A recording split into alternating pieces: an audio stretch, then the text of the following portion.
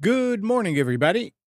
You are tuned to Computers 2K now on the Nissan Communications Network. I'm Amnon, your host for the next couple of hours, along with Spence. Happy Easter. Happy Easter. Happy Passover. Happy everything. Happy Sunday. Yes, sir.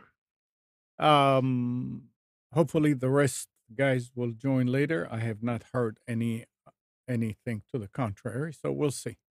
Our number is 919-518-9773, Computers 2K Voice on Skype. And this morning's show is being brought to you by Vimix Software, Telestream's Wirecast software, and is sponsored by Tom Sinclair of Live Streaming Gear. Who joined? Mike. Morning, Mike. Hi. Happy Easter. Happy Easter. Happy Passover. Thank you. Is it happy? It's very happy. It's anytime there's no damage around, it's happy, right? Mm. Did you stay home Friday? Who, me? Yeah. Are you kidding me? So you drove, even though they were, you thought, or they were saying that it's going to be dangerous on the road? Don't get me started. He Okay. got through all the roadblocks with no problem, Amnon. I mean, you. For those of you who don't know what we're talking about, we had Friday was a real bad day for a lot of people around, but as far as tornadoes, but in our county, turned out there was nothing. There were no tornadoes in Wake County. There were some bad storms. It hardly rained. It didn't even rain an inch over here. But it's almost like you're trying to say, well, fake news. You know, I'm glad they put the warnings out, but Oh, yeah. the problem is that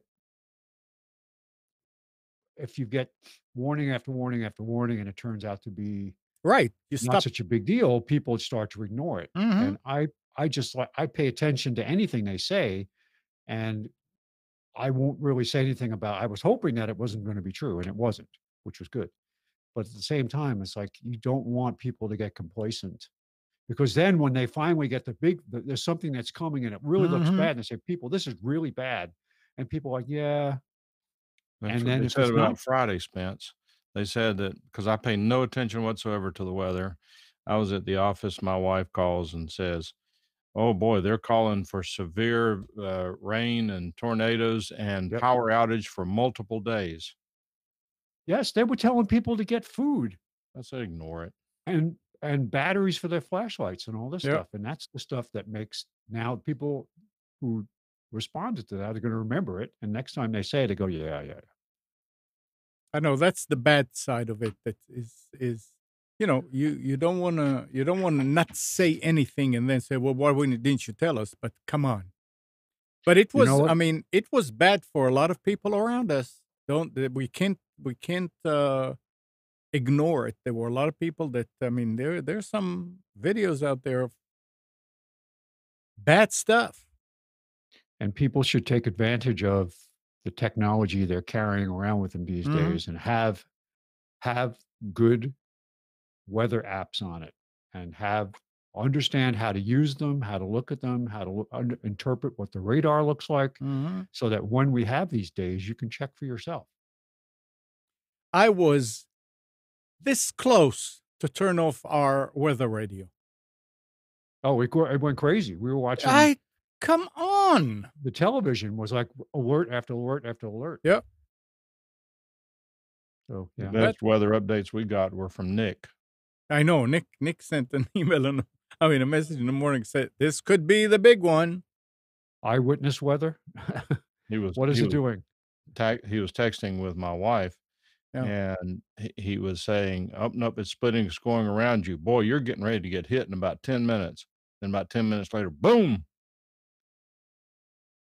I Yeah. watched the radar, and we did get one pretty severe band coming through, but it dissipated just as it got to where we were. It kind of broke up.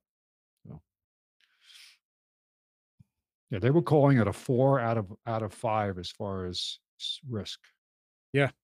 Yeah.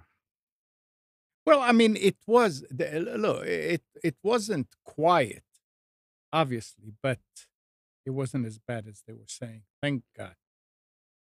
Yeah, I'm Anyway. glad that they brought it to people's attention. But the other thing that people should do, and it's not necessarily an expensive thing to prepare, is have a couple of gallons of Milk. cheap 99 no 99-cent jugs of water. Yeah. Have a couple. Buy a case of ramen And at put it on the side. BJ's and just put it in the closet. Yeah. So that if something happens, you will not have to run out after, and try to find food. It's just, you can have very inexpensive dry goods and some water laying around just in case. It's good for hurricane season. It's good for whatever. So It's good for whenever. Yeah. yeah, and it's not going to set you back. You could go and spend $10 and have a couple of days worth of food supply. Yep. So, Morning, Gal. Good morning. Happy Passover. Thank you. Happy Thank Passover. Are you. you still recovering? Just recovering in general. This morning, it's Gal is still on his backup generator something like that, after the storms. mentally at least. Yeah. How often do you have to put gas in your mental backup generator? I That's don't know. the question. It comes and go. It can be once a week. It can be once a month. It depends. Twice Yeah. a day. Yep. My newfound method of relaxation is filling up Sudoku. Oh, boy. They got you, didn't they? I've been doing it for years, but now I found an app that actually teaches me new methods of finding the pairs, and so there's some complex ones. I like that. How did you do with storms and stuff at your It's just a lot of rain, like some wind, but we didn't do anything special. all right. Followed the storm, the tornado warning. Saw that it was going further and further away from us every time I was checking. Mm-hmm. So didn't do anything about it. There was one thing. I mean, we were sitting, and whenever I was in the living room, we were watching the Weather Channel or some of the other local channels, the radar. And I can't remember which. I think it was Channel 6, NBC. Is it NBC? Whatever. Channel 6. All the other stations show you a big map on the whole screen is the map, and the meteorologist or the weather person is standing in front of it, and Channel 6 had it with a little screen and a big weather person in front of it, and half the time it was hiding this. I mean, what's wrong with you guys? is That's 'cause they watching sent all him the more regular important? people. They sent all the regular people home. You're trying to watch trends and see which way it's moving and all that, and you go to that, and it's like a little thing. Okay, never mind. Next. So yeah, that was it was, and the other nice thing is I did not have to start the generator. Now this morning there was a flicker here that went tick, But that was your planned scheduled flicker. Yeah, right. But yeah, it was interesting. Not They have you on the calendar, Amnon. It's a show him who's boss flicker. yeah.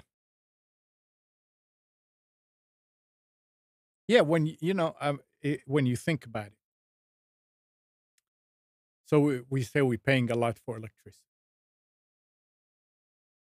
But when you think about how much it costs a day on a generator, it takes about 8 gallons a day of diesel. That's $3 a gallon. Oh, so 20. That's a lot. That's expensive. And think about if you go for a month, you know, and at that point you're not full load, so it's okay. But what you got to do is you got to get your neighbors to all chip in and have them each run an extension cord Yeah, over. You limit them Right. all to like 2,000 watts. right. I have the perfect solution in the specials today just for that service. We'll Yep. talk about it later. Okay. Okay, so what's new technology wise, guys? Galaxy Fold Oh is boy. gonna fold, I think. Well, I mean, Can you believe this? That it fails? They're saying it can go bad in 1 day's worth of usage. How did they not check this? but I mean, they're not shipping these. These are trial. What do you call them? Yes, but you can't test it in your own lab because before you put it in the hands of people who are going to write bad things about Yeah, you. right. That's the bad thing. Yeah, That's insane. It's like, here, our car is ready for you. It only has 3 wheels and no and it and the seats aren't in but it yet, try but we it. want you to test it and write an article about it. Yeah, I don't understand. Especially Samsung, after all the stuff they've been through, they can't afford to have another big major publicity mess, and here they have one. yeah. Maybe they can afford it. But maybe they No, can, yeah, maybe they don't care. Yeah. Ah, but they can say, "The new Galaxy Fold, at least our batteries don't catch fire." Exactly. That's the new ad. Yeah. but it's all right. It's Hey, they'll at fix least it. they're perfecting it. At one point, they'll have a folding screen. I know I'm gonna buy one when it'll be good. Oh, I think it's a great idea. There's no Yeah. denying it. But I think instead of having it be a seamless screen, a good idea would be to have 2 separate screens that open with a very small, like you see the TV walls at Yeah. Small trade bevel. Yeah. shows and on news shows and all that. You can see where the monitors end. There's actually a very small seam between the monitors, but it doesn't matter. So if you can No, I have, think they got it wrong. Actually, they should have folded it like instead of like this, instead of book, they should have folded it like to the length, and then you can do something. Then you can have a calculating ruler. I have it, Carl. They should have made it roll up Oh, you see? like a scroll Yeah. and unload it, roll it and unroll it. Yeah, why not? Do you watch, has anybody watched The Expanse? Yeah. It's a Yeah. sci-fi show. Fantastic show. And they do some tech things. The handheld devices that they use are all holographic. Like you have a small base that's clear, and they do a great job because they show this one cop walking around with his little handheld device, and they show pictures of it, and it's got a crack through the middle of it, just to show you that, hey, this is, it's people still break stuff, but you could take that base device and it will put a bigger image out as a hologram around it. Yeah. That's what we need to get to hologram technology as soon as possible. Oh boy, that'll be something. It will be. I don't remember what sci-fi movie it was, a long time ago, where they actually had they were approaching this supercomputer AI, and they were talking to it, and it was showing images. And what they did was they had um, carbon dioxide smoke pouring off of a shelf, and they backlit it through the smoke, like they put a projection onto the smoke. Mhm. So that was the holographic image, and this was 20, 30 years ago doing this, and it was like, wow, that's so cool. Why can't they do that in somebody's house? So, oh Well, well. the fire marshal will probably won't allow. Well, it's cold smoke though. It's Yeah, yeah. but still suffocation. So And there you go.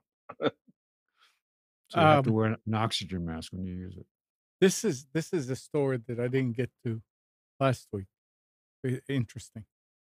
Amazon and Walmart are in a war over worker pay and how corporate, and now there are corporate taxes. After Amazon chief executive officer Jeff Bezos on last last week issued a challenge to other retailers, not naming which ones specifically, to match Amazon's pay and benefits, Walmart snapped right back. Today, I challenge our top retail competitors, you know who you are, to match our employee benefit and our $15 minimum wage. Do it.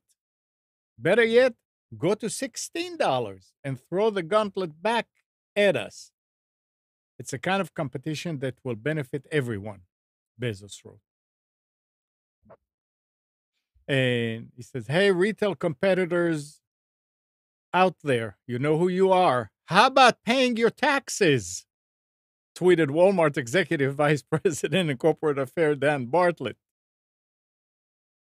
sharing an article about Amazon paying $0 in federal taxes on more than $11 billion in profits last year. Makes a lot of sense. You're not paying any taxes. You can afford to give your employees more money. I don't know what kind of taxes Walmart is paying, but I'm sure if they weren't paying, he would not say that. Or I hope let's put it this way.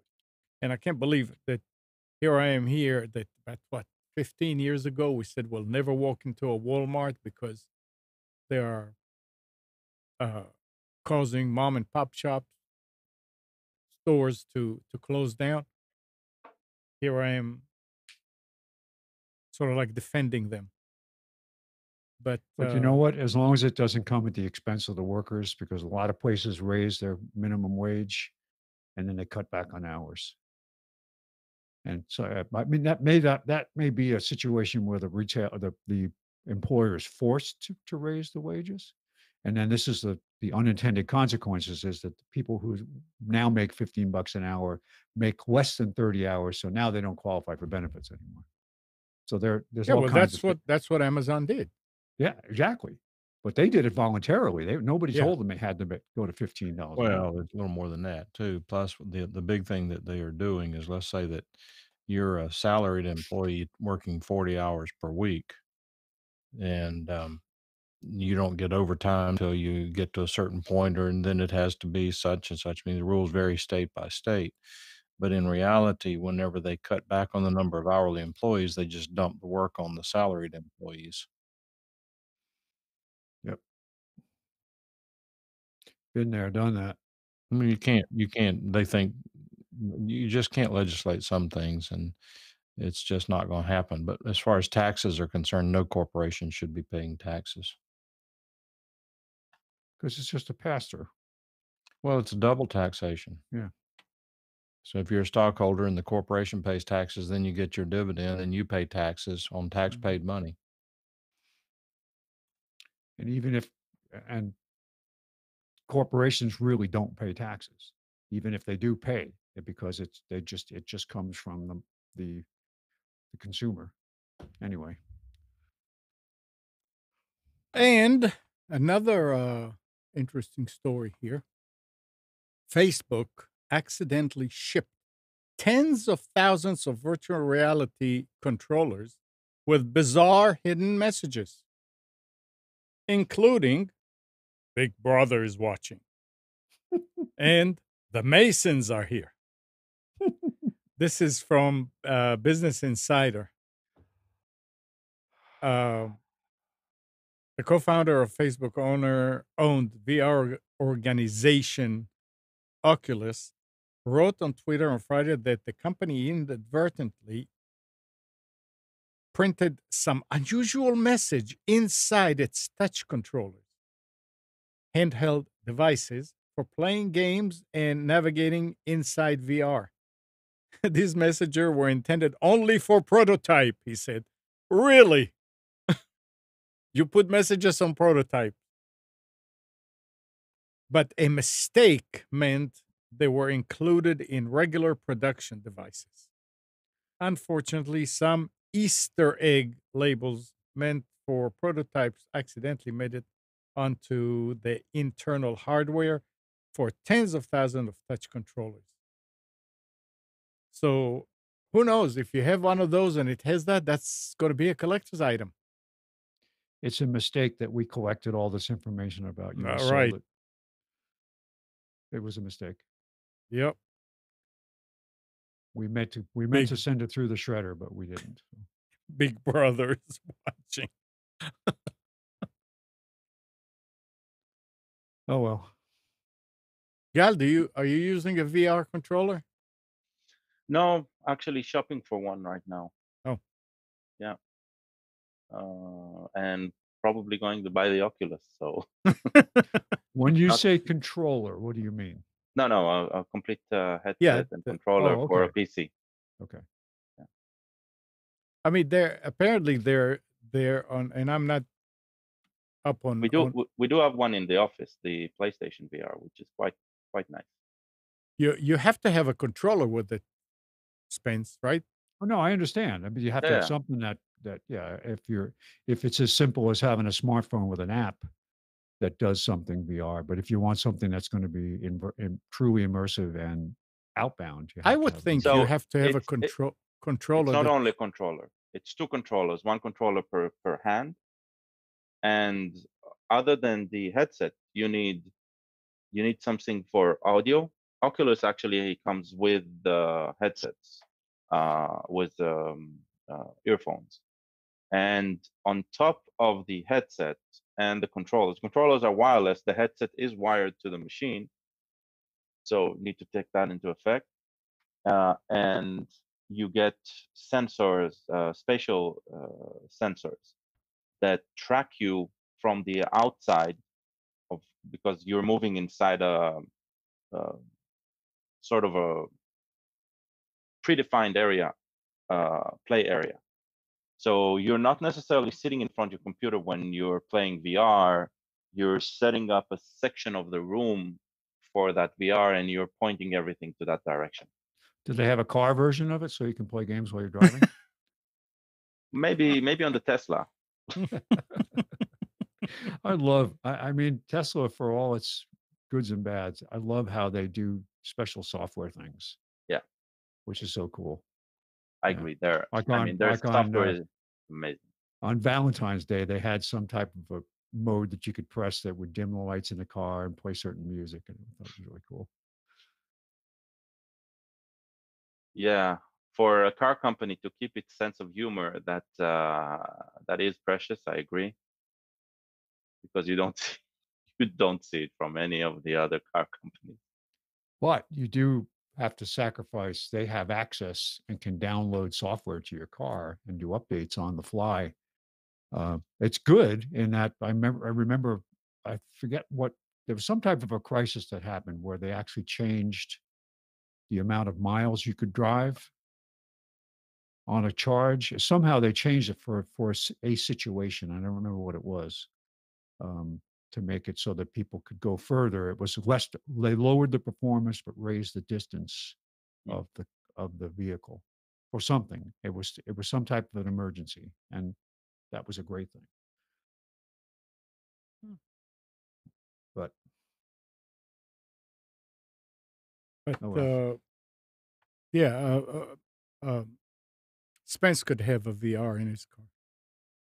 Yeah. Well, as long as Yeah. as long as the camera is out in front of the car, if it can make me feel like I'm sitting on the hood and there's no car around me, I'm riding along and driving, that'd be great. So you need to install fans as well. Yeah. Yep. We'll just put one of the continuous 3D cameras on the roof. So There I'm is looking at, there's a very good YouTube channel called Smarter Every Day. The guy is uh, a mechanics, I think, engineer, mechanical engineer, and he started with doing a lot of slow motion photography and stuff, but but he had a like a section of videos he made about specifically VR and how that works and everything. That was right after the Ready Player One movie came out, which they had a lot of VR in it. Uh, so he went to a company that creates VR gloves that responds tactilely to the environment you're operating in, and so when you put on the glove, if you touch something hot, you feel it. If you touch something cold, you feel it. If you feel texture when you move your hand on some material. So the technology, the direction that it's taking, it's pretty amazing. it's kind of like the movies they used to have back in the 50s, where if you're sitting in the theater and it's raining, people would run through the Yeah, theater and spray it with water. And yeah, uh, full they, immersion. Yeah, I think that we need to have the embedded uh, technology in your brain to make you feel those sensations without actually having any reason to touch it. yeah, but then you can start seeing the Well, malfunction, then they right? can There'll make be you. PTSD style Can malfunction. you imagine somebody hacking into that system and you're Oh like, yeah, and then what gaslighting would have a new meaning. yeah, but just because it's a bad idea, we know somebody is going to implement Of it, Oh, course. yeah. right? Yeah, like you see, scientists merge ape and human DNA in new hybrid. It's like, oh, how could that go wrong?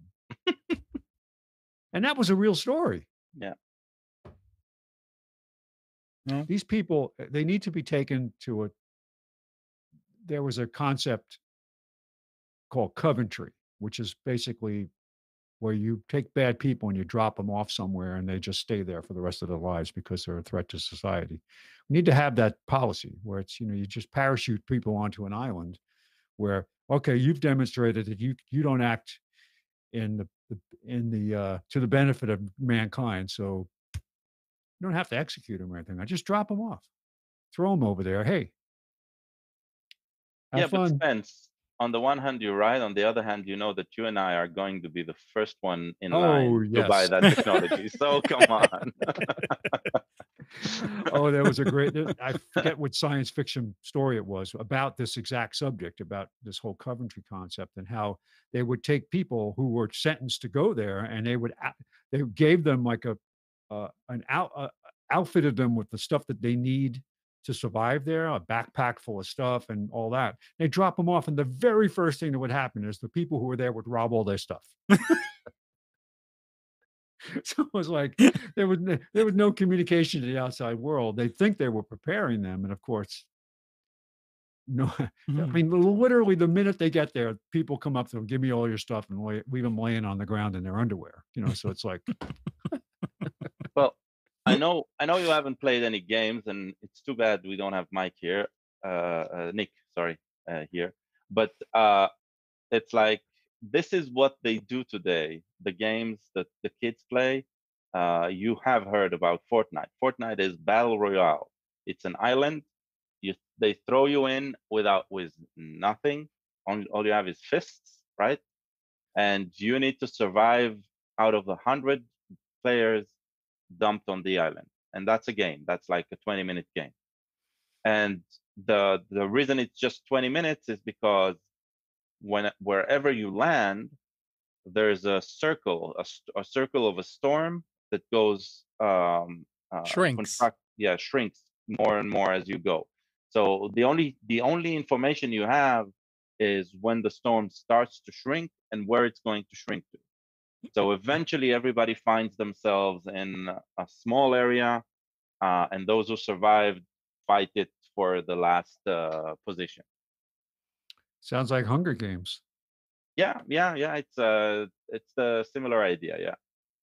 So Battle Royale, that's the name they give these games because now it's like all over, and the servers they're built for each game to have 100 players, which is what makes it very exciting, right? It's not like you against 4 others or 5. It's 100, and they go into squads. They have a mode where they play in 2s, 3s, or 4s. So it's that's exactly the game they're playing. Now all that will need to happen is a reality show, right? Where they take an island like that, they find a way to constrict the area more and more as they go, Hey, and let people hack into themselves. So, hey, our generation, we already had these concepts. We had the movie The Running Man. yeah, Yeah. And then we had um, Escape from New York. yeah, Yeah, I mean, exactly. all this stuff was that was like groundbreaking stuff back when it first came out. But That's again, the that thing was is, all based on sci-fi from before that. yeah. Yeah. Escape from New York was definitely that. I loved Escape from LA, which was more like a tongue-in-cheek Yes. production, but yeah, it's like There was some good movies that who was the actor that was in? I can't remember his name now. Kurt Russell. Yeah, Kurt Russell. But Yeah. Big Trouble in Little China. Yeah, Tongue in cheek. What a great movie. right. Yeah, definitely. I actually watched it not too long ago. Yeah. No, I Talked about it with somebody, found it and watched it. It was yes, very funny. yeah. All Kind of right. like So Jackie Chan before he became popular in the United States. Right. So here is something else that we can discuss here. Larry Sanger, American Internet Project developer and co-founder of Wikipedia, argues in a blog post that vendors must start adding physical on-off switches to webcams, smartphone cameras and mics, and other devices that spy on us. He writes, "Have you ever noticed that your webcam does not have an off switch?" Said, "I looked on Amazon and I couldn't find any webcams for sale that had a simple off-on switch. When I thought I found one, but it turned out just to have a light that turns on when the camera is in use and off when not a physical switch you can press or slide. A The tally lamp, they call that. The clever solution is supposed to be webcam covers. You can even get a webcam or a laptop with such a cover built in. How convenient." I've I have a used cover. I have a very efficient cover. I Well- do It's too. a piece of blue tape. well, this guy says I've used Yeah, but that doesn't cover the mic. right. No, He it said doesn't. I've used tape, which works fine, but a cover doesn't cover the microphone, which could be turned on without your knowledge.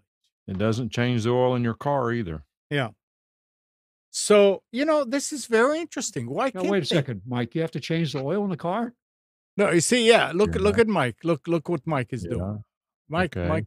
just covered. Yeah, but we can still hear you. Yes. I didn't turn off the microphone. I Right. turned off the camera, Right, but you can't. and I didn't turn change off the oil in the my mic. car either. We're talking apples and oranges But here. but the thing is that a We're lot of talking about privacy. those So- cameras and those microphones can be turned on without your knowledge. There is a website. I several websites you can go to that basically list all of the webcam IP addresses available for people to just look at. Well, It's just people. I'm sure I that found a cool one here. Go look at it, and it could be somebody's home. yeah. 'Cause it, this stuff and you think about it. What's the big deal? What is the big deal about putting a switch on it or even in line on the wire? well, Something that you could just that would cause it to have to boot up then in order to be you wanna be able to just turn off the camera and microphone and leave the camera still connected. Because if you had a situation where you wanted to turn the camera on, you'd have to let it come up then. You broke the connection. If you killed the many internet connection or if you killed the power to it, you'd have to wait for it to come up. many a times in the early days I used to just disconnect the camera, the USB plug. When you want to use it, just plug it back in. Doo-doo. And yeah, it takes about 30 seconds or whatever to come on. So, is that what you're talking about? Yeah. Yeah, I mean, what? You need to have it right there and with poof, you know. No, there's you haven't seen the movie yet where the woman's in her house and she has all the cameras turned off and the guy comes breaks in, so she runs around plugging all the cameras in, and she says, wait till the cameras come up. Well, Don't kill me yet." now, certain situations you want to stay on. Well Security cameras, you don't want to turn them off, obviously. well, I have one active security camera in my house that's on now, and when I'm not concerned, it doesn't have a microphone. It's an older one. But when I'm not using the camera, I turn it it's sitting on top of a cabinet, and I turn it towards the wall, so the picture's of the wall. But It just happens to be a tilt pan camera. Um, well, you but see, so if you can turn it, somebody else could. yeah, okay. See, But I that's What what would we about notice talk. mine We that talk. has a password on it? They're. I mean, those things are so insecure that all these apps and servers that are taking you to these cheaper cameras are Yeah. somewhere in China, Hong Kong, Taiwan, whatever it is. They have the password. I have a friend, and not they don't have my password, but I mean, I have a friend, fairly good friend, who is just terrified of everything. He's got tape over his camera on his laptop, and when he's talking, he takes his cell phone and puts across the table. I mean, I'm asking Well, him, who in the heck wants to sit there listening to this conversation?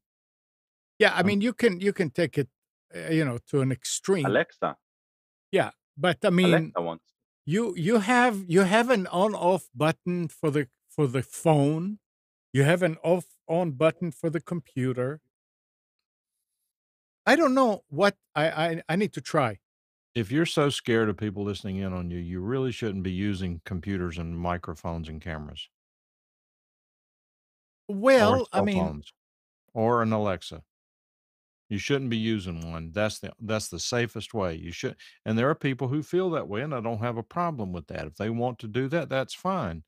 Personally, anybody who's been in IT who has worked on other people's systems and that they have mhm, cameras and so forth, you click on it, you see the camera, and you're staring there watching a wall. How long are you going to watch that wall, hoping that somebody breaks in the house and you catch them, or that yeah, somebody's going to run from the shower to the bedroom with a bathrobe on? I mean, how long are you going to sit there watching that? I mean, it's nonsense. right. I see what you're saying, but still, the the point of the whole article is why can't they put a switch on it? Cost.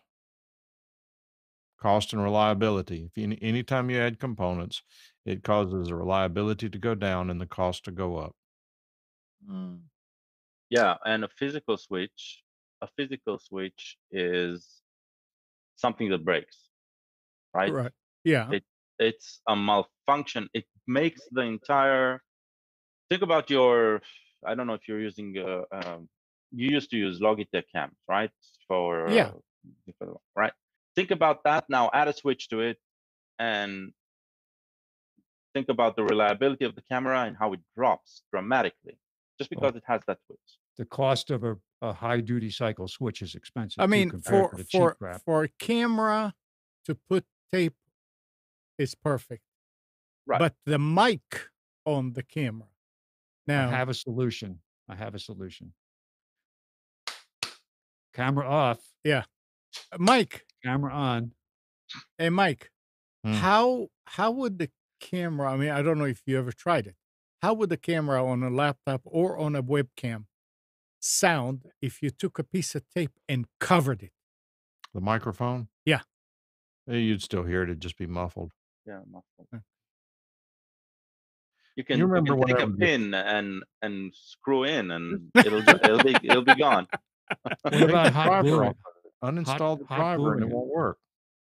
Put You some What's hot that? glue on it. wait, Mike, what did you say? I said uninstall the driver, and it won't work. Yeah. Yeah, So but the mic doesn't have a separate driver. That's the thing. That's the thing. Sure it does. Well, then in the same way the hacker can use it. It's like it's not a foolproof. It's not a completely safe. It's safer. I agree.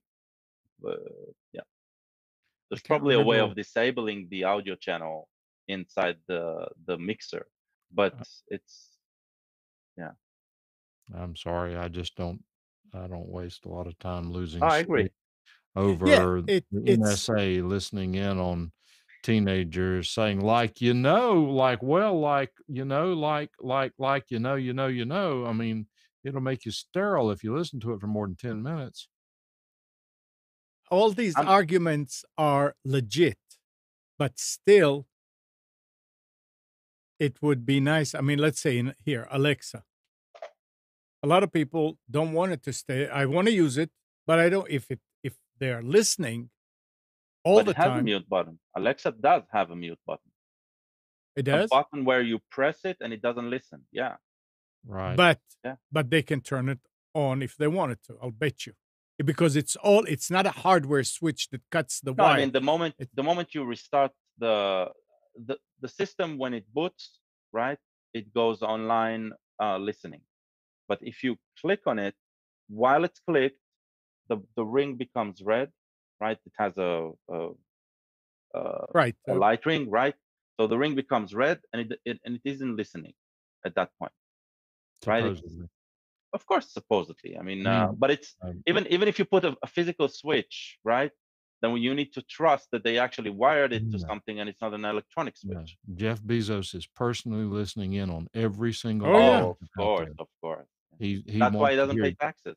exactly what he does. Shouldn't be paying taxes on the company, but that's exactly what he does. He listens to all that. That's why he's so rich, because he learns all these secrets from all of these millennials that are sitting there worried about whether the boy across the street saw them once they put this new gel in her hair. What are you talking about? The millennials, they never bought an Alexa. It's us, the old guys, who bought the Alexa. I don't know about that. It's not just the Alexa, remember, it's your phone too, and they're listening in on the fillings on your teeth. We've got these, when the dentist put these fillings in your teeth, they include little micro transmitters that Jeff Bezos can monitor. Right. In the silver. So the key to that Now is to you, that explains a lot why when I whisper Alexa, she still answers. Right. you need Remember to be somebody said one point, said, "You know that Alexa listens in on everything you say," and Alexa said, "I do not." Yeah. I just only listen when you call my name. Yeah. just eat potato chips all the time, and that won't be a problem with your teeth. Well, I'll tell you this. John made a comment. He said, "Don't do anything private in front of your webcam." I would agree with that, because I was in a situation once, which I won't be too specific, but among the group we were in, the word came out that this was back whenever Yahoo was hacked. They sent out this email that said that, "I've hacked into your computer. Here is your email address. Here is your password. Just be aware that we have captured the video that you recorded with your webcam. And if you don't pay us money immediately, we are going to put this on the internet, and you're going to be embarrassed when people see what you've been doing in front of your webcam." And this one lady flew out of the building and went home to get her computer and change her password. Oh, So a lot depends on what you're doing in front of your camera, I guess. Yep. yeah. There's no doubt that the best way, if you're worried about it, is not to use it. But there should be sort of like a middle ground where you Well, can. but let me say this. Let me say Yeah. this. But for compromising video, okay, forget that. But for that, Where in your life do you think you have privacy? Nowhere. Nowhere. The government knows every phone call you make, every text you send, every email you send. They know your bank account, they know your medical records, your criminal history. Uh, what is it? They know how much money you make. I mean, what is it that you're trying to protect against? There is no privacy anymore. Well, Hello? yeah. Security in general, right? For what?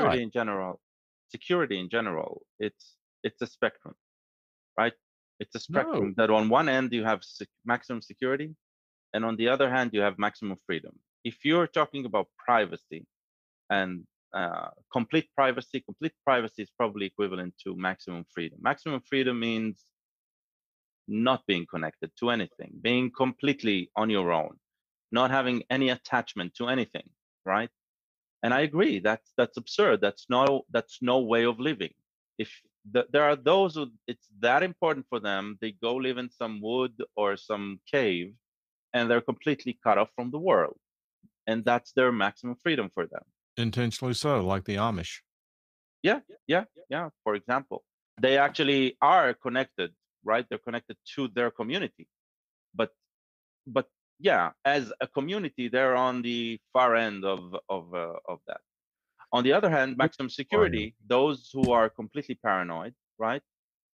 They close themselves in a 4x4 4 feet by 4 feet room with the toilet in it, and that's maximum security, right? Disconnected on the other end. We live in the middle where we're totally connected, and yes, we lost privacy. But that's, I think, that is a price that we are willing to pay. We can talk about it and debate about it and complain about it.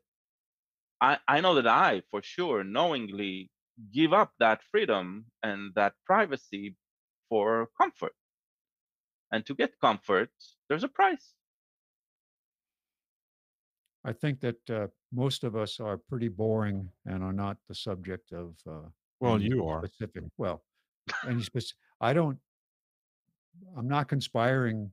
Nothing I say when I'm sitting in front of the television. I might yell at the TV about something that's on the news. Or I think the probably the snarkiest things I say are watching television shows and saying that would never happen. Yeah, but I'm Or not they'll sure. You spent 2 months away from Wi-Fi. That is really, really suspicious. actually I get that experience every year when I go up to Alaska. I have moments of disconnection where I can't connect. And in some cases, I'll go to these remote areas and stay there at a lodge. They have Wi-Fi in the lodge, but they don't necessarily have Wi-Fi, and it's slow. Yeah, I just don't use it. I mean, it's great. I bring my that's Kindle very with me. suspicious. I read books. I Yeah, don't what you're watch. doing there, that's suspicious, man. It That's is we suspicious. I can't know I we shouldn't have can't talked trust about it. it. Yeah, yeah, we can't trust it. You're disconnected. That's Yeah. They want to that- know how come we haven't heard from him in a while. exactly. And they'll send people around to your house to figure out what you're doing since they haven't been able to listen Yeah. in. Yeah. Do you know how many people out there send me email and telling me that they recorded me doing all kind of lewd acts in front of the webcam? We And told you They've, not n- to do that. they've the never met you, have they, Amnon? Amnon, you need to worry if you start get royalty checks where they're using it and saying, well, we're going to pay you for what you're doing in front of the camera. Anyway, Spence, you ready for specials? I am. Let me just pull up that particular screen. Let's see, Maximize the size here. wait, let me put that on so people would see it. So I had it from an insider that we're under surveillance. Guys, be careful. Now the dragnet is closing in on us. So Be careful what you say, Spence. that's right. I'm telling you, I did this morning before we even had this discussion. right. So hey, this was very very. This I was screen way was out ahead of the curve here. this screen was Yeah, all no, it's because of Amnon's research on cameras with switches. Yeah, That's it. this Yeah. this Do you this realize you're outside that bunker behind you? Why are you not inside the bunker? Yeah. this screen was already featured on CNN this morning.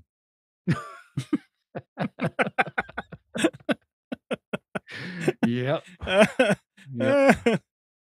All right, let's see. Okay. So Let's see now if now I need to readjust a little bit. Okay, Spence. all right. So Computers 2K Now specials for April 21st, 2019, Easter Sunday. All these things out there are free for everybody on Easter Sunday. That's true, right? No. No? Oh, okay. Then forget what I just said. All right. If you're looking for a really inexpensive laptop that has decent size storage, look at this device at Best Buy. This is a Lenovo AMD A9 15.6-inch laptop, 4 gig of memory, has 128 gig SSD for $199. Is $100 off. I went and looked at this and said, this is not, I mean, this is an older processor, but it is an A9, which is a good And this is with mobile Windows processor. and this What? is with Windows 10. Windows 10. Yeah. So that's half the So, price of yeah, the that's laptop. I mean, don't expect it's an online only, but don't expect this to be a scream or anything like that. It's just I would say would be the equivalent the current in today's world, the equivalent of a netbook, right? This is not a real fast machine, but for web browsing, it is a 15.6-inch machine. It is a Lenovo. So yeah, hey, pretty good. $199, $100 off. Office Depot has a Dell 15.6-inch i5 for $449, which is $150 off. And Staples has a HP 17.3-inch i5 for $449, which is $180 off. We have at Best Buy a Lenovo Idea Center 15.1-inch touchscreen all-in-one for $449, which is $70 off. We have a Dell i5 at Office Depot for $549. This is a desktop, $130 off. And we have at Staples an HP Slimline i5 8 gig 1 terabyte for $429, which is $90 off. It's getting harder and harder to find actual tablets on these websites, but there's always convertibles, and that's what all these are now. The first one at Best Buy, this is right up your alley in cost, Amnon. You need to spend this money. It's very important. You need to get 2 or 3 of these and outfit your studio with them. Microsoft Surface Book 2 13.5-inch touchscreen Pixel Sense display, $17.99 on sale, $200 off at Best Buy. It's a Core i7. Office Depot has a Lenovo 11.6-inch touchscreen Chromebook for $269, which is $30 off. And Staples has a HP Pavilion 15.6-inch i5 convertible for $629, which is $130 off. Networking, we have Linksys AC 2200 tri-band mesh Wi-Fi router. When they say mesh, I don't know what the compatible devices are that work with it to make it a mesh. Because a mesh implies that you've got more than one access point connected across a wired backhaul network. So I wasn't able to find that information, but this is a sophisticated router, 149, say $30. This was very expensive when it first came out. That's at Best Buy. Office Depot has a Netgear AC 1750 dual band router for $109, which is $20 off. And Netgear continues to produce good gigabit switches, the metal case switches. There are competitors out there. TP-Link has equivalent to the Netgear metal case switches. But here is a Netgear ProSafe 16-port gigabit switch for $89.99, which is $20 off the regular price. Storage, we have a Western Digital 8 terabyte USB 3.0 hard drive for $129.99, save $150. Office Depot has a 32 gig Extreme micro and regular SD cards, SDHC cards, memory cards for $19.99 each. That's $60 off. These are 90 megabit per second capable flash cards. If you have a device that needs to record, I don't know, like any consumer camera that would produce more than 90, up to 90 megabits of actual video content that requires that kind of speed. But this is a good price. $19.99 saves $60. Well, it's a And good price for a 32 gigabyte in general, I think. it's still good for 32, Yeah. even in So general, but this happens to be the extreme top plus. end, yeah. Yeah, top end. So Seagate Backup Plus 8 terabyte. Now this is the equivalent to the Western Digital we saw at Best Buy, but this one just happens to be $20 more. But both of these are USB. I don't know that the Western Digital has the USB ports on it. So No, it doesn't. that may be the difference in why the Seagate is more. But the USB ports are very useful for sharing either another USB based hard drive, SSD, or even flash drives. Now So I that's have the Western Digital one. I yes, don't have the Seagate. I know that the Western Digital one has a genuine real hard drive inside, so you can yeah, break it up and put it in a tower. Of course, you're losing warranty, right? If you do that. right. And it is a SATA connection, Yeah, not the it's a SATA. proprietary. Yeah, Exactly. yeah. I have taken apart. I forget which one it was. Took apart one time that broke just to just to check it out, and turns out it did not have a solid state. Oh, no, I'm sorry, not a solid state. It didn't have a SCSI. SCSI. Where did that come from? SATA. SATA. Boy, my mind is just pulling in Next. things from the past. You know, I tell you. Well, Amnon, you got any SCSI drives laying around I can have? Yeah. I've That got was 100 foot of cable too. Oh, that was a loaded question. Come I on. I still threw. I recently threw away all the old cables I had. I had the shielded D shell cables. I had the flat ribbon cables. Mhm. All that SCSI stuff. I had it in basically a plastic shoebox, and saving it for what I don't know, but it's Well, you gone. threw it out because you knew that if you need some, Amnon has it.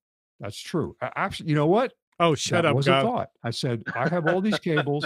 There's no way that Amnon doesn't have it. So, Exactly. okay, accessories. This is a deal for a USB 3.0 drive, 32 gig USB 3.0 flash drive for $699. Wow. And the regular price is only $16.99, which is Yeah. amazing. I That's at think Best I'm gonna Buy. buy some. I literally was looking for a few USB sticks, needed to boot something, Yes. and started to juggling with stuff that I needed to delete. So yeah, definitely gonna buy Yeah, like pick a up a bunch bunch. of them. This is a good Yeah. deal. I don't often put projectors up there, but I noticed that they aren't selling um, low resolution ones anymore. So apparently that's an old thing. So this is the Pro. This is kind of a middle grade. They do have a cheaper one that is XGA, but WUXGA 1080p plus projector for $679. I know that projection isn't a thing anymore. You can get a 75-inch screen and all that stuff. But for if you do presentations and so on, I outfitted one conference room one time with two 60-inch monitors or two 60-inch televisions, and had a whole wireless setup for presenting. It was great, but still, projection in certain circumstances is really important to have. But $679, $50 off for this Epson at Office Depot.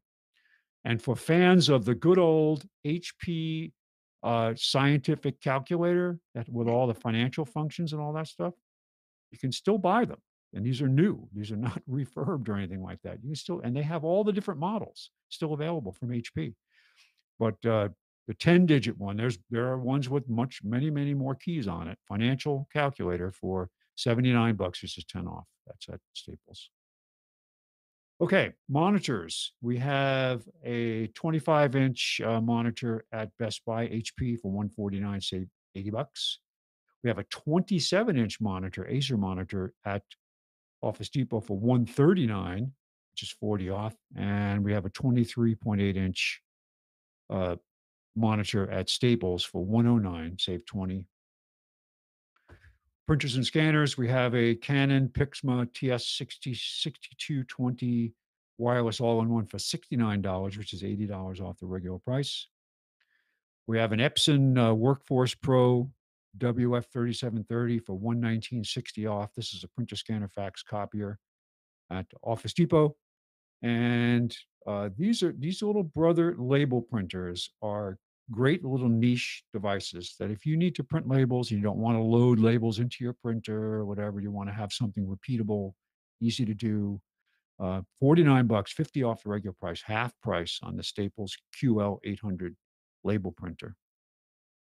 Home automation, Best Buy has a good deal on the Ecobee 4 Wi-Fi thermostat with sensor. Now, usually you can get this without the sensor for $199, but now you're getting the free sensor with it too. This is the one with the built-in Alexa if you want that. The Ecobee 3 does not have the built-in sensor. I've installed several of these for people.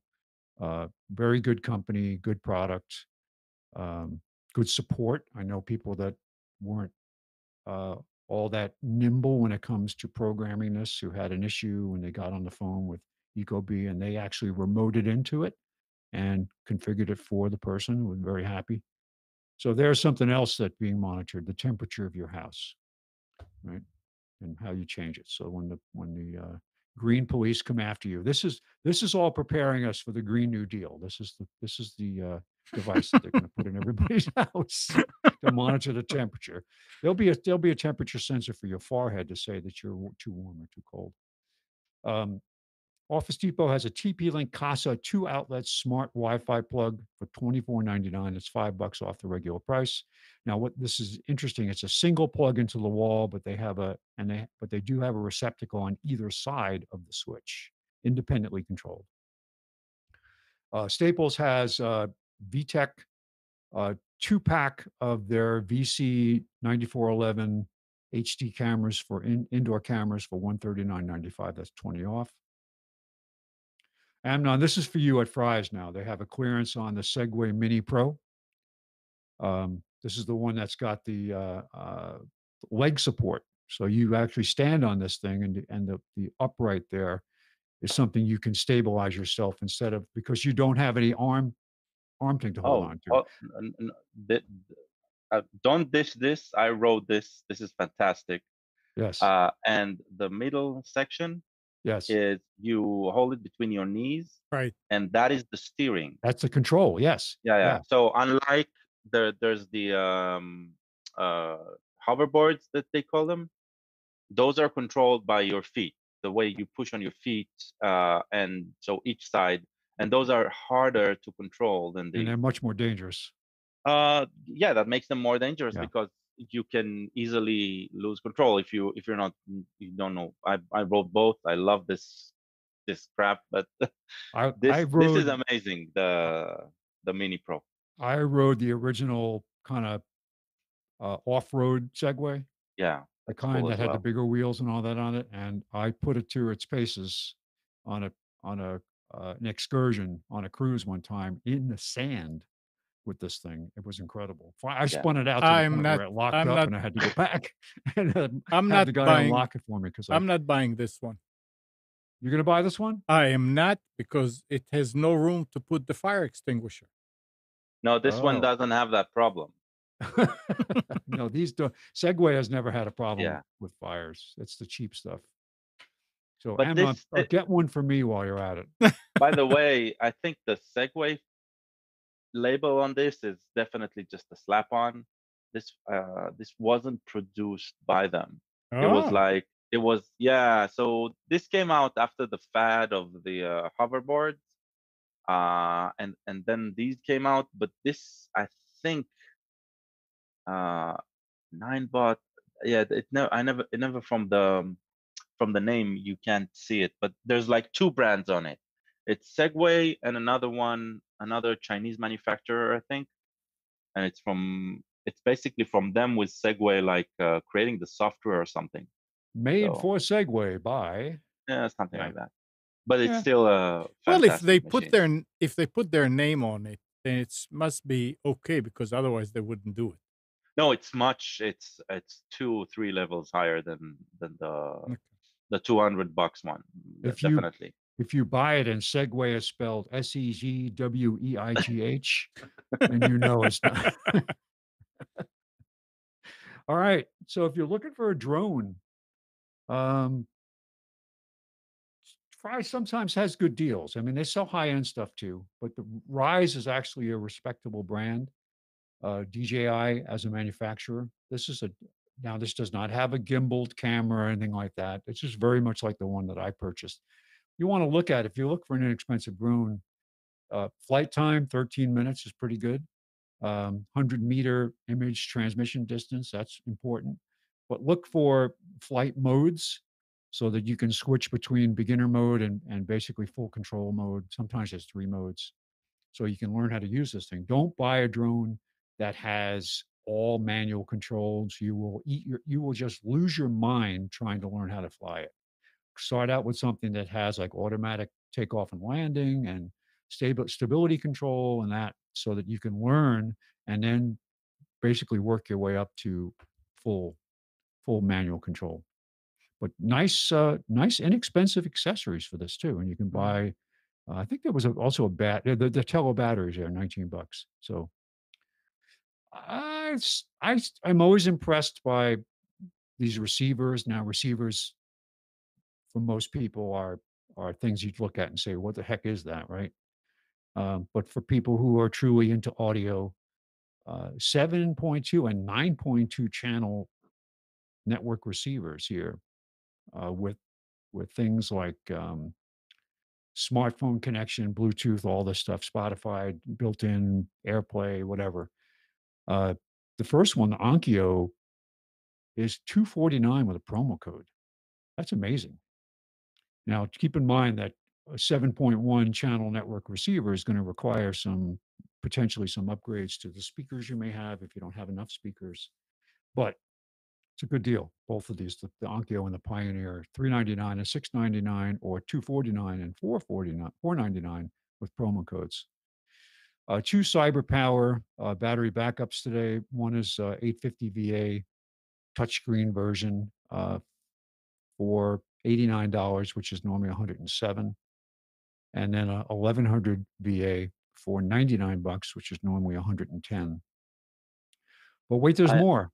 I Go have a ahead. I'm sorry. question about those. I'll ask them after the special. Okay.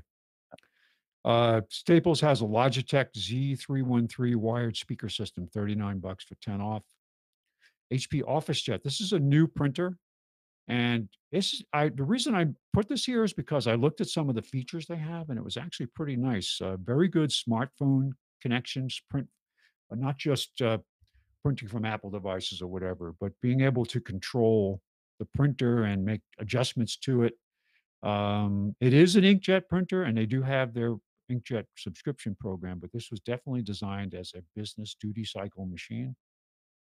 So it's worth taking a look at this. They took $80 off the regular price, $249 for the HP Ink Officejet Pro 9025. It replaces a 7000 series one as their in this particular line from HP. And Amnon, this is the device I mentioned to you earlier that might be interesting if you wanted to control access to your generator. This is the TP-Link Casa Smart Wi-Fi Power Strip. It has 6 outlets on it that are independently controlled. And it works with Alexa, and it works with an app. So if you have a situation, now I can think of a couple of casual situations where you could use this, but say you have a server. It used to be the IP-based controls where you could control an outlet just to, if you had a server that was hung and you had to power it off and on a data center, you would use. Those are very expensive. But here you have for $69 a way to cycle an outlet. So you can also say, Alexa, turn off outlet number 1. Alexa, turn on outlet number 1. And if you have this device in your house and I just turned off your computer, I'm sorry. But $10 off. Very interesting. The Casa is now the official brand name for a lot of the TP smart home devices. And so you might see Casa by itself and they don't mention TP-Link, but know that it's TP-Link.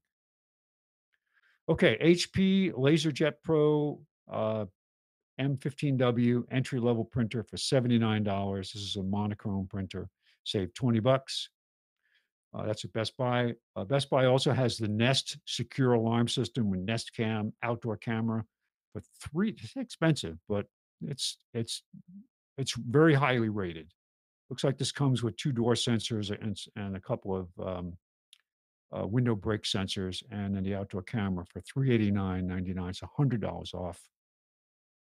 Office Depot has the Epson Workforce WS60W, so wireless portable color duplex scanner for $129. That's $30 off the regular price.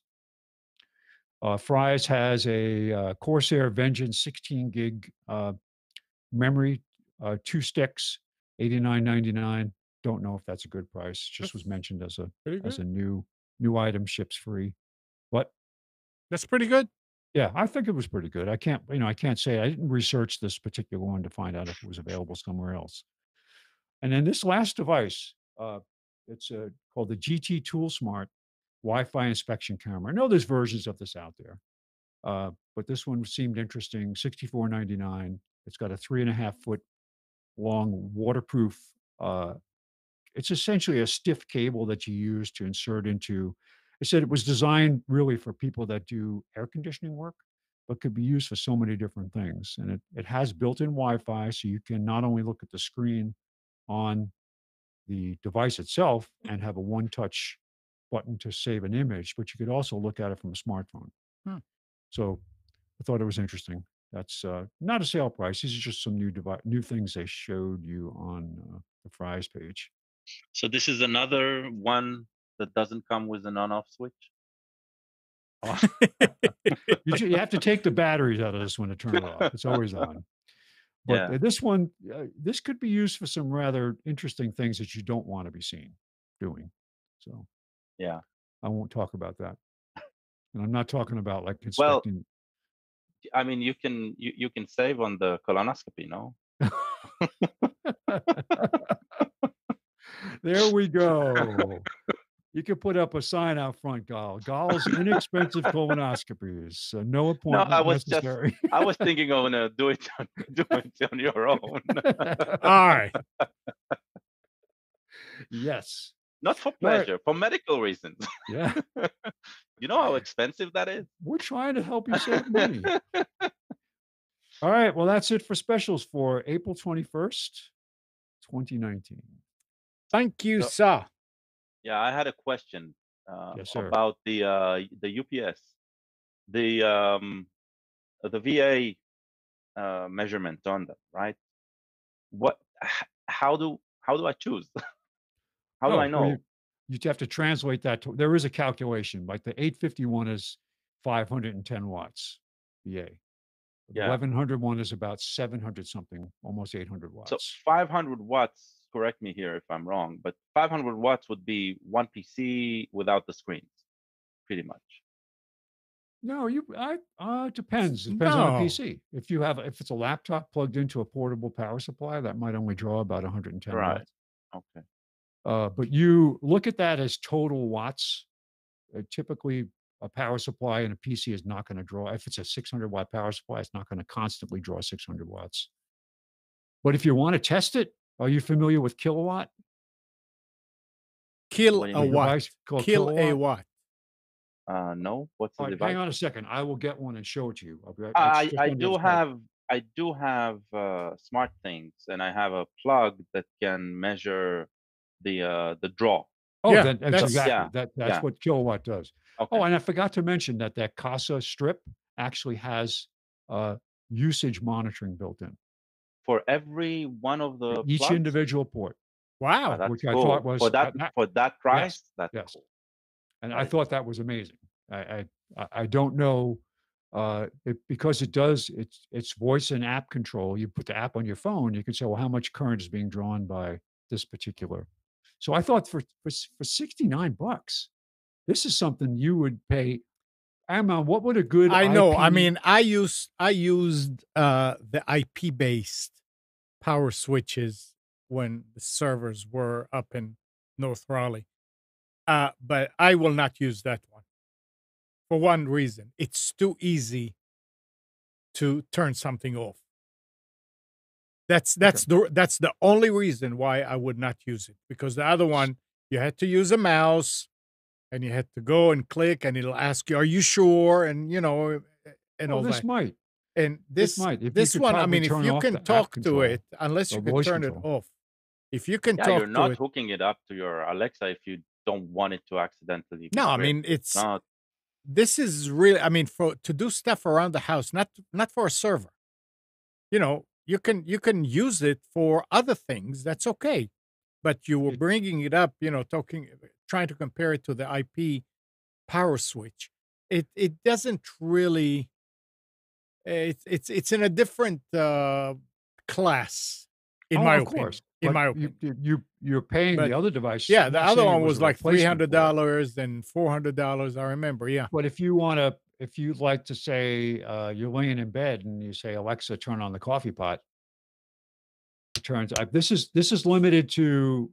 It's a 15 amp device, so yeah, it's 875 watts. 1500 watts, not 15. No, Oh, 15 amp 1875, 15 altogether. Yeah, amps. Um, so this could be used for, I don't know, you could have an old fashioned mechanical toaster and say, Alexa, turn on the toaster. I want to have my coffee and my toast ready for me when I go downstairs. I don't know, but Mm. for controlling Christmas lights. it's It also has for built-in 69 USB for charging. $70. There is no doubt that this is worth it, even if it's just to have fun with. Yes. Amazon Prime is selling it on the same price. I'm Yeah. definitely gonna order one. Nice. Yep. But But you the were, fact that it does monitoring I thought was pretty but cool. but Gal, did you get an answer? Yes, I'll need to do the calculation. But now that you mentioned the plug, the measuring, that's what I'll do. I'll just measure my draw Yeah, on on each. on the items that I want to be protected, and that'll give me the Right. Yeah, because that really just affects the amount of time that you have. Like if it's just Uh, 550 watts. re- Now, I think if you exceeded the Amnon, if you exceeded the draw of the amount of watts, it wouldn't the it will be box it will pop be the breaker? it will be no. Well, I don't know. I guess it'll pop its own breaker. Yeah, Yeah, but it's internal control. Yeah. Gal, So just to give you an idea. I mean, first of all, remember this is not to leave the equipment on for half an hour. yeah, I know. It's not going to work. Here, like the rack that I have, the reruns machine, the one that's on the side, it Mhm. has a 750 VA, which Okay. is what, 600 watts.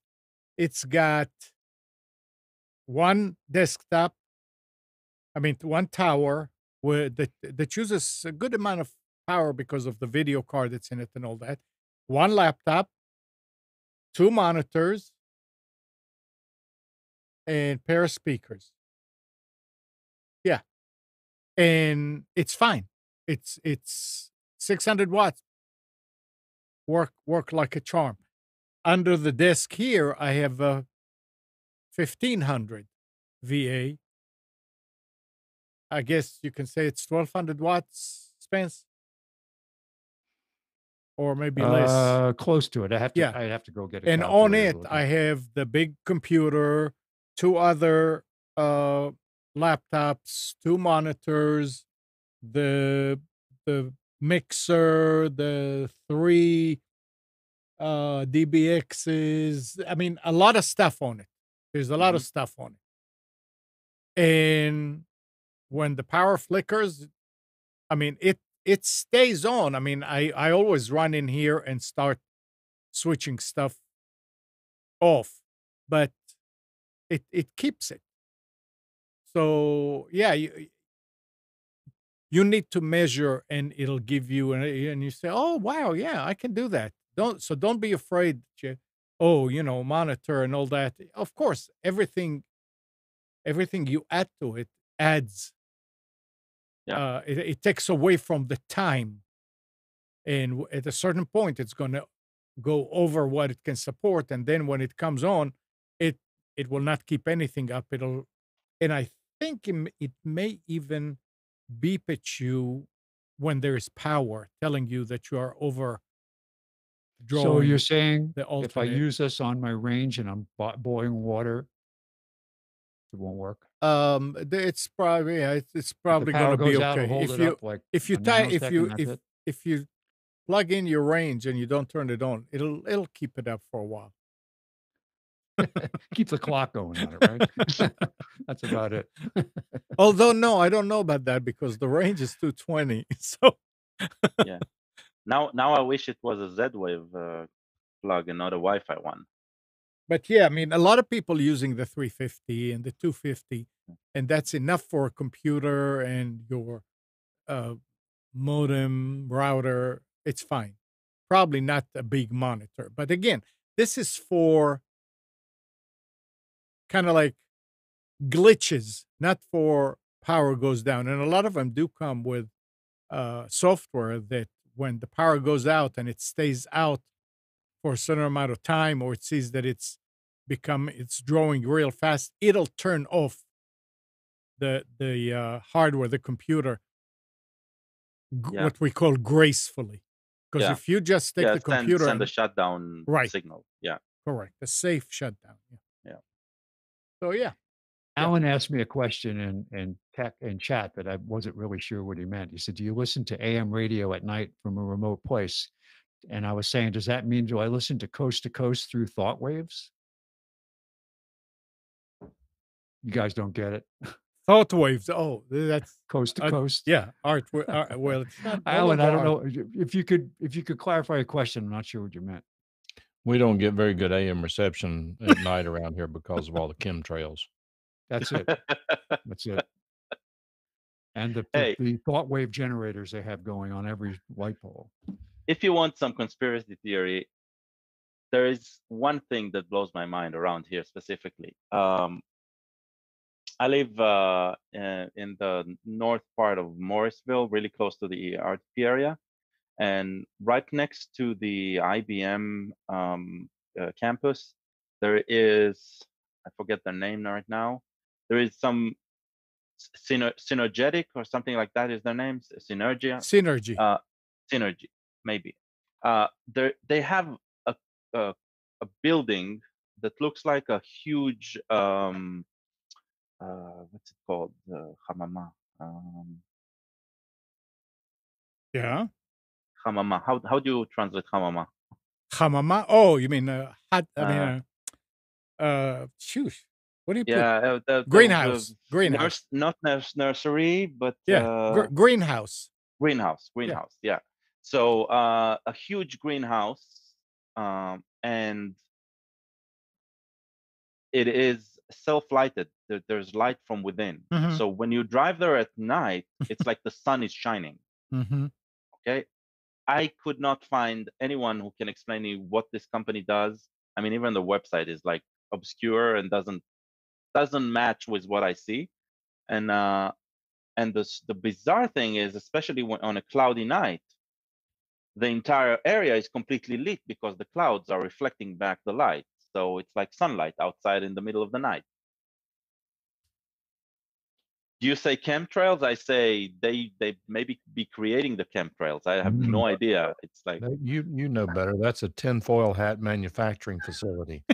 Hence why you're seeing all those reflections. that's one they You call see, it you're too light. you're too close to it. If you just go another half a mile away from it, you will see at night that there is a big beam that's going all the way up into space.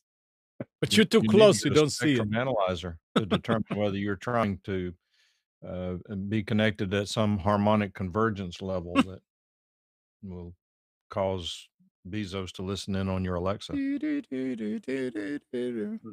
Totally.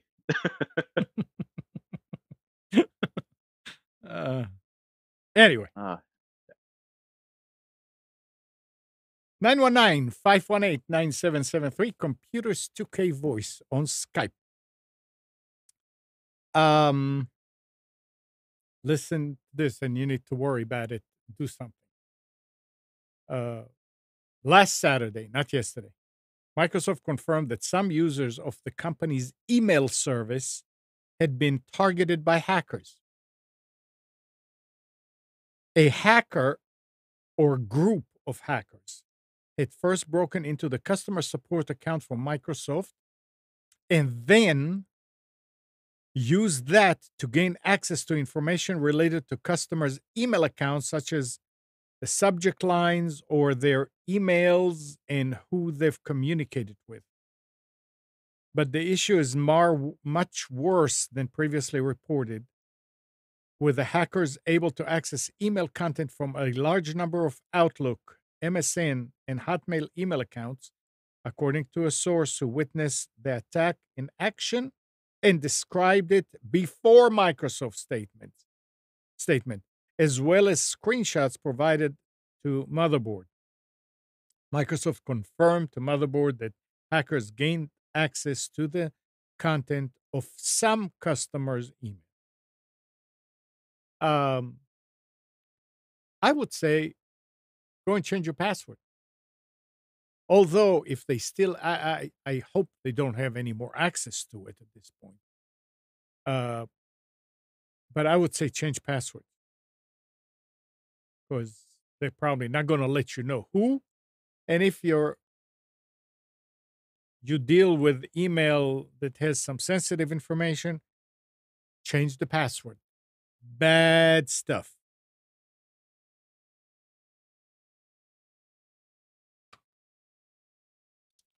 An interesting thing happened with a friend of mine. He owns a law office. He decided to buy all new computers, so he bought several new desktops from Dell. Very, very nicely configured.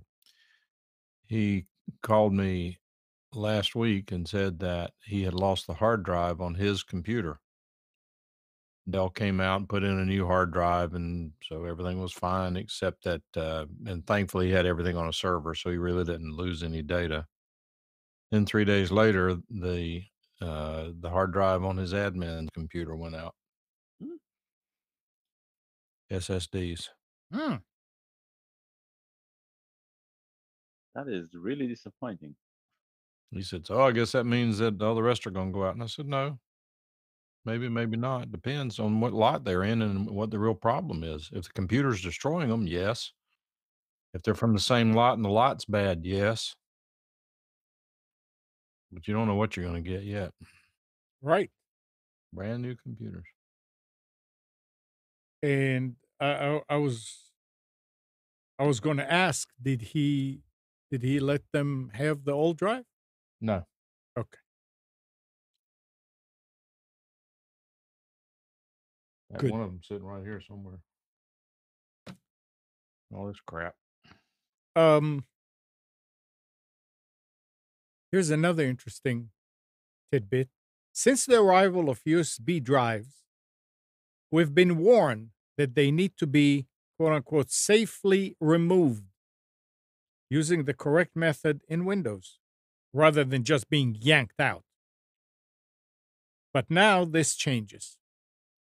With Windows 10 1809, Microsoft is changing the default settings that's applied to USB drives and other removable media. The change means that the default policy applied to removable storage device is quick removal rather than better performance. So you can now just pull it out without a second thought. Yeah, that'll change the behavior of about 1.1% of the people in the country. Right, because everybody else does pull it out anyway. Yank. Yep. I don't know. I never used that. It seems like if you wait 10 seconds or 5 seconds or whatever, unless you save something and right away pull it out, maybe something would happen. But the Plus is chances, that it had to have time to empty the buffer and Yeah. the But file. if the you drive. did some work on it, That's and exactly that. Yeah, a what?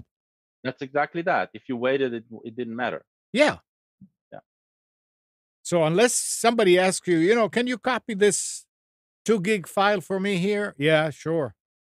Copy it, and then you want to give it to him, and because they want to leave, something could go wrong. But if you are working on your computer and you're backing something up and you're doing some other stuff, and then you're like, oh, my flash I drive is would still. I Pull it would out. only eject safely only if I've written to the flash drive recently. That that was my behavior, because I have been bitten in the past by pulling it out before it completed the writing. But I mean, once, twice you learn, then you know when to react. Yeah. Sounds like their solutions means that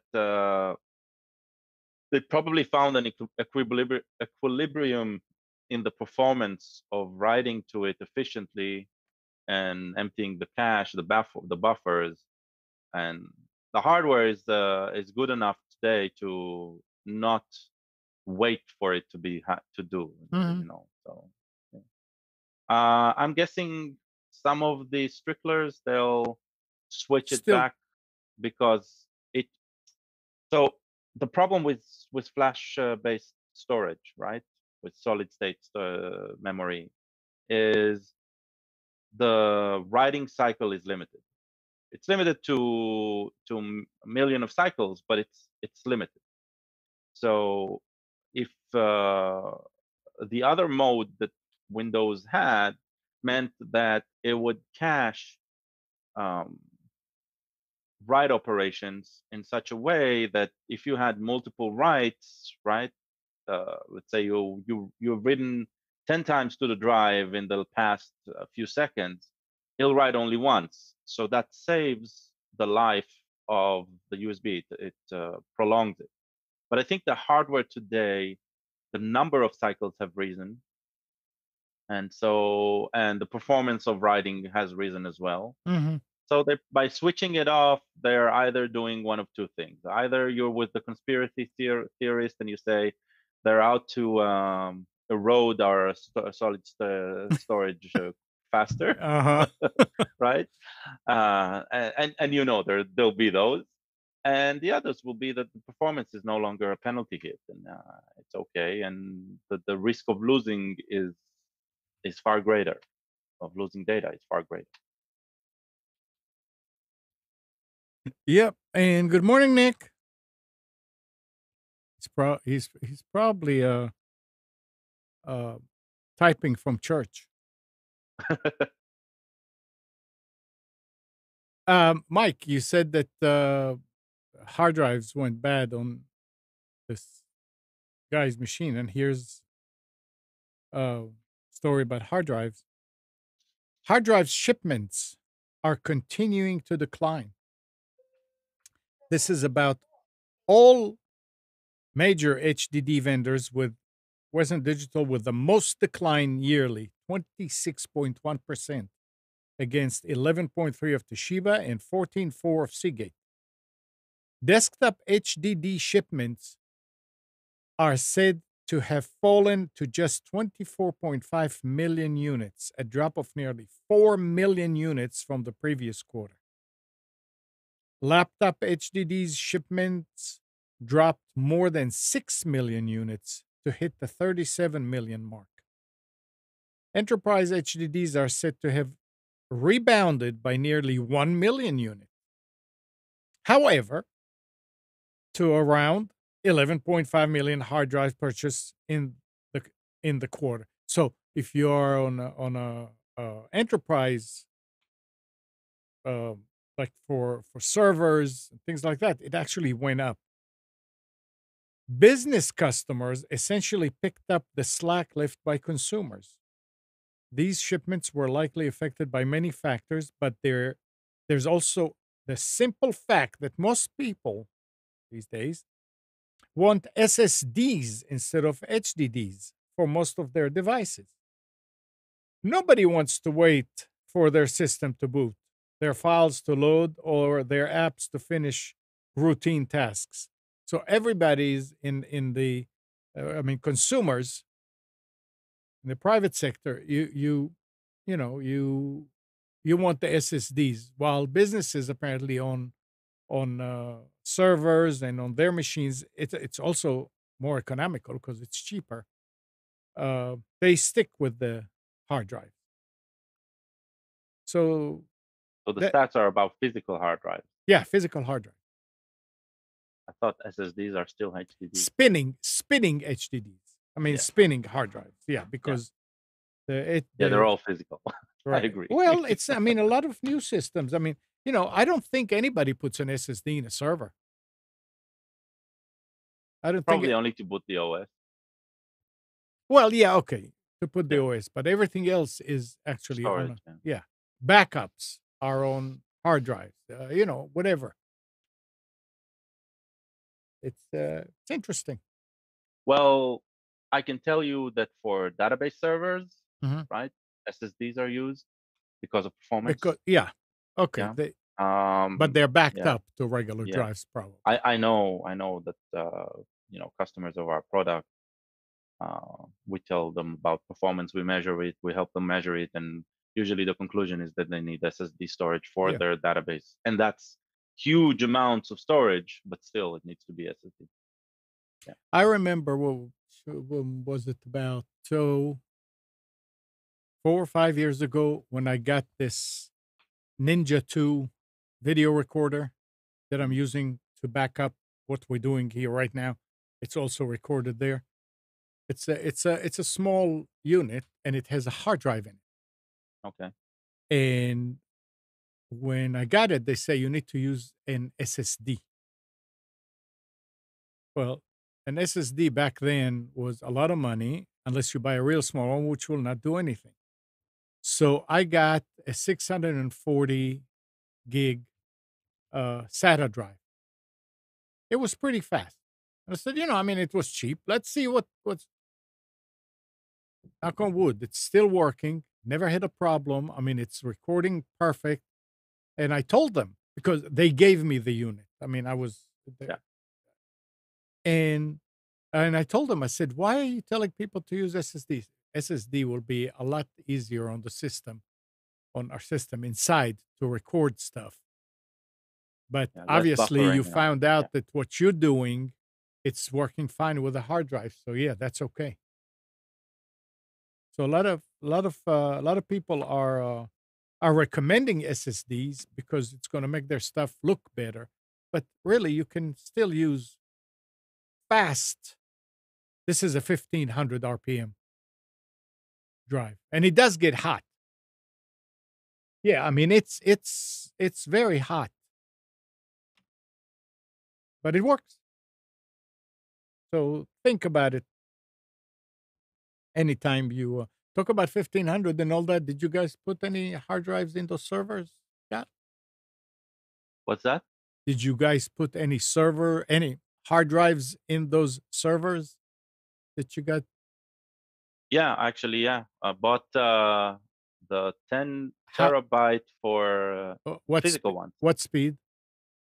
They're Oh, but 5. yeah, but never mind. You don't need Yeah. anything for that. You don't need Yeah. yeah. No, they're for Storage. continuous storage. So Yeah. they don't need to be performance Right. ready. And there is an SSD for the OS and storage and temp Nice. location where you can do processing and stuff. So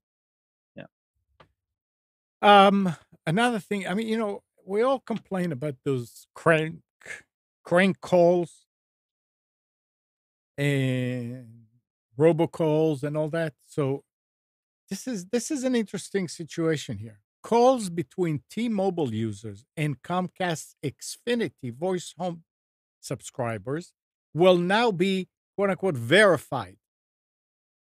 The latest move in the ongoing fight against robocalls. The two companies announced Wednesday that they have launched cross-network verification, allowing users to know that the call they are receiving is from an actual person and not a spammer or robocaller. They use a handoff system recommended by the FCC, where the caller network verifies that a legitimate call is being made with a digital signature. The recipient's network then confirms the signature on its side. So that's between T-Mobile and Comcast, not between your phone and the other phone. A number of major wireless and traditional home voice providers have pledged support for a verification method, including Verizon, AT&T, Sprint, Charter, Cox, and Vonage, with several announcing plans to roll out or test the features in 2019. That will cut big time the number of robocalls that you get. And I still saying that the reason why we get so many now is because those bad players know that sooner or later now, I mean, it's sooner than later, they're not going to be able to do it. So they are really trying to get as much as they can now. But that's interesting that two rivals are doing it. Makes a lot of sense. Have you noticed that more and more robocalls come from the same Yep. dialing area that you are in? Yep. It's interesting. It seems that the method that they are doing it, this is according to one of the podcasts that I was listening to, is they're using the same interface, the same legal availability Mm-hmm. to get information about locations of phone numbers that private investigators have access to. Right. And why can't they Uh, stop them? Right. So there's been a legislation where gathering that information has become less restricted. That legislation came out about 2 years ago, something like that, maybe a bit more, 2014, I think. And since then, this has been exploited more and more and more. And up until now, nobody's doing anything to reverse that or stop that or block that or regulate it better. Hmm. So it's some regulation that broke, and that caused the rise in robocalls. And now they're trying. Now it's finally like hot on the plate. The best summary of that came from I don't know if you guys watch him, but John Oliver from HBO, This Week Tonight. He did a whole complete section on robocalls, and his conclusion was the sweetest one. They bought, they set up a robocall system of their own, and they targeted the five heads of the FCC. And So yeah.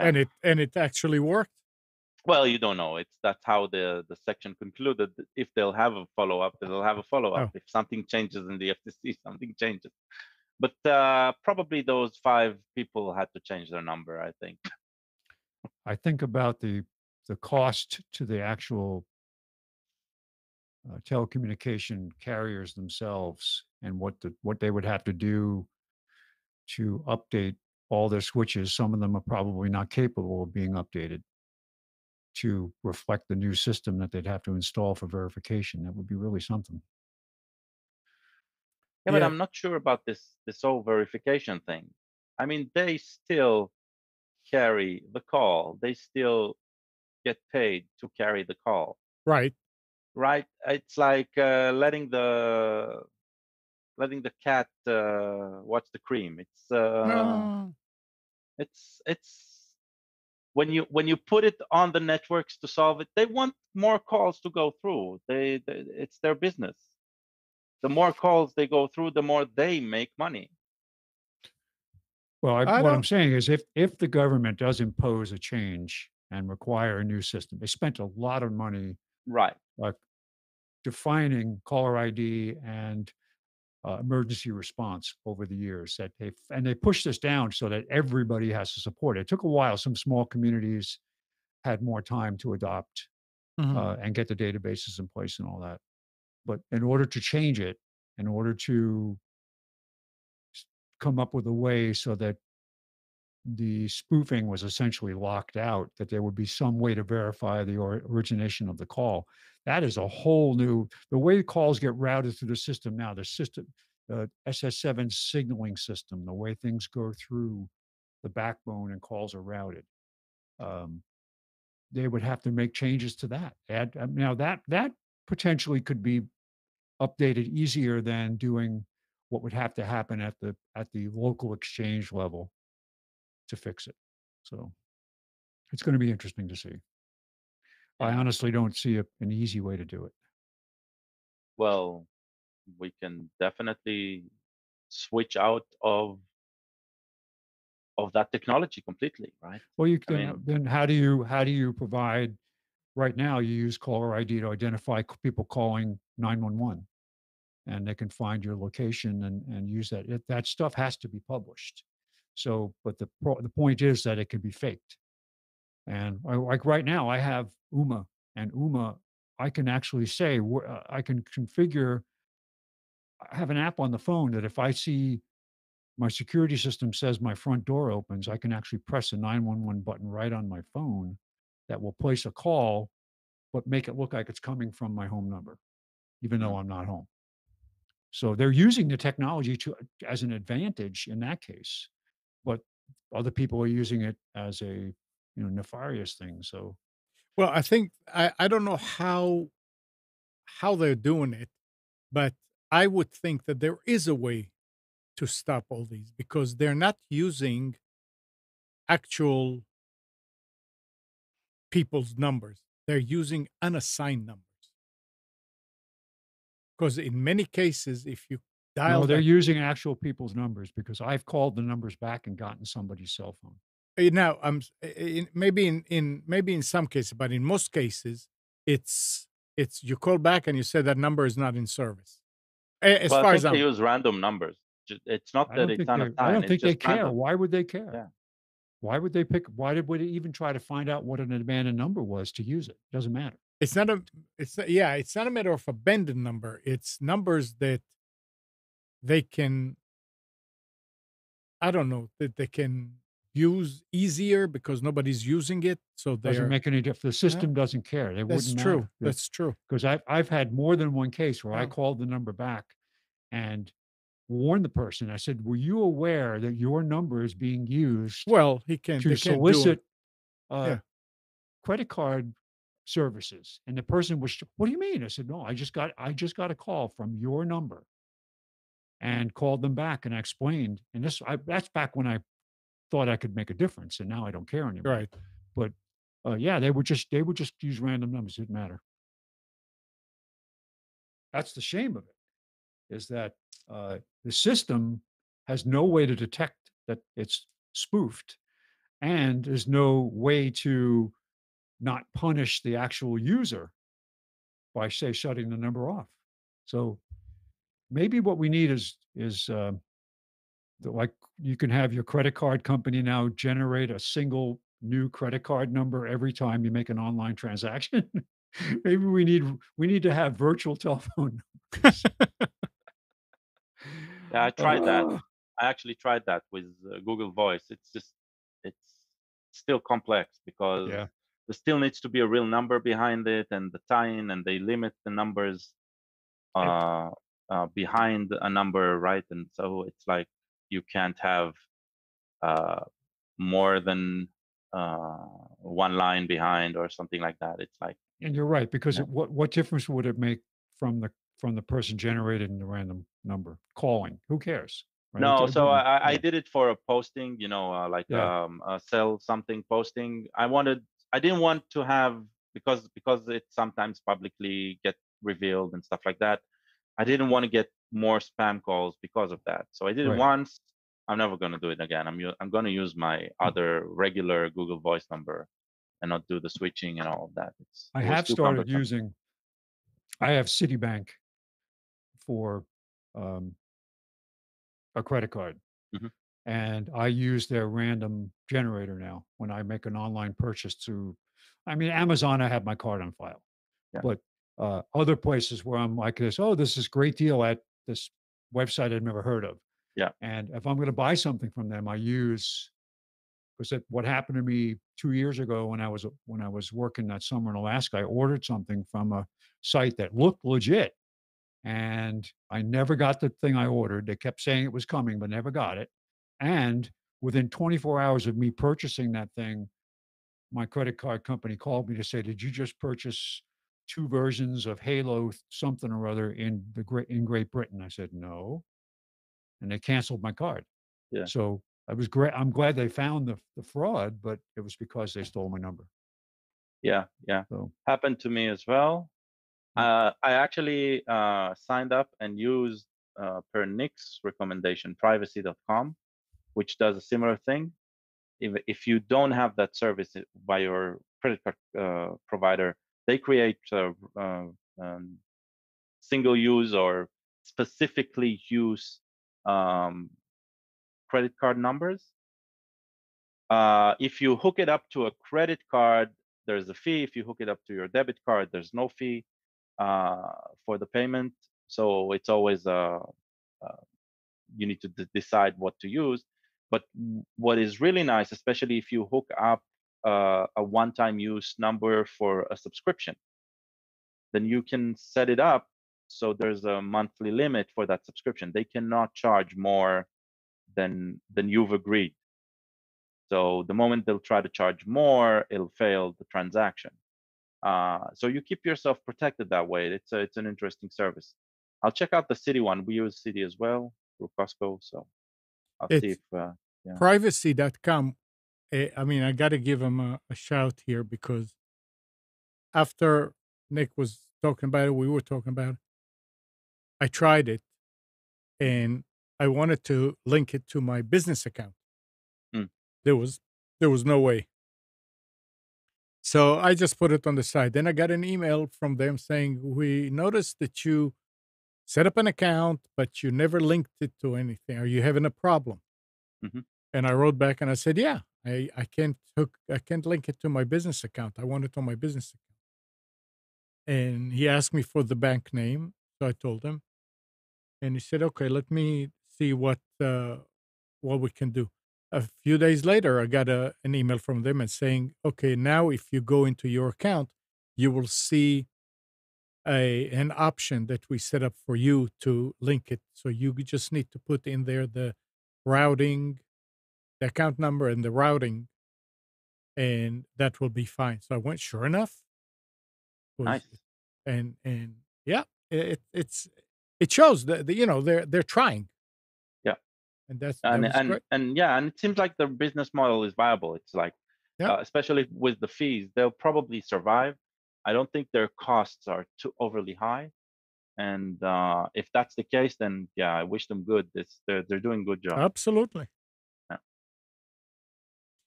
And Spence looks Okay. like Nick got those two hollow. yeah, I saw that. I Couple. was going to say that the city card police are going to be knocking on his door any minute now. Yeah, the net. I had my card. That's the second time my card was compromised, and the time before that, it was buying gas in someplace in New York. They actually bought it at the pump with a card. They actually made up a card, so it had to have somebody who actually saw my card and copied it somewhere. Yeah, I have to say, Okay. working Uh, working with a big bank in this case is actually a good thing because they have great fraud protection. it's that time of day again. Oh no, say it isn't so. It is so. Okay. So, is there anything short that anybody else wants to mention? Going once, going twice. All right, guys. Well, thanks, Spence, Mike, Gal, Nick. He's enjoying himself up there. Good morning, Kathy, Hannah, Nabil, Mac, Norm, Katie, and Donna. Thanks everybody for tuning to Computers 2K Now. We hope you enjoyed and maybe learned something from our time together. Remember to practice safe computing, back up your hard drive, and update your virus scanner. We'll be back here next Sunday at 9, but you can always reach us at computers2know.com. You can listen tonight.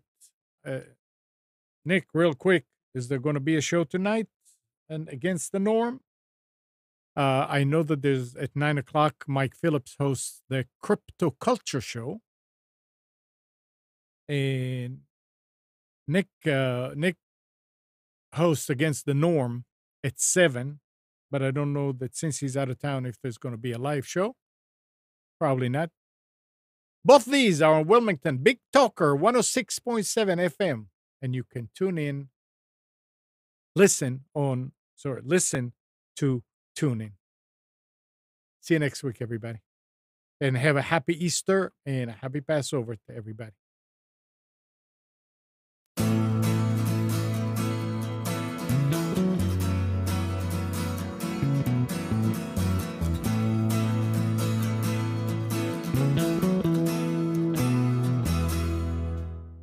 You are tuned to the Nissan Communications Network. If you tuned in too late, you can always watch each program in its entirety or download an MP3 audio file of it in the archives section at nissancommunications.com. Don't forget to subscribe to our YouTube channel, follow us on Twitter, and like us on Facebook. Sponsored by Telestream's Wirecast software, StreamingGear.com, Carolina Apparel, and DeltaForce.net.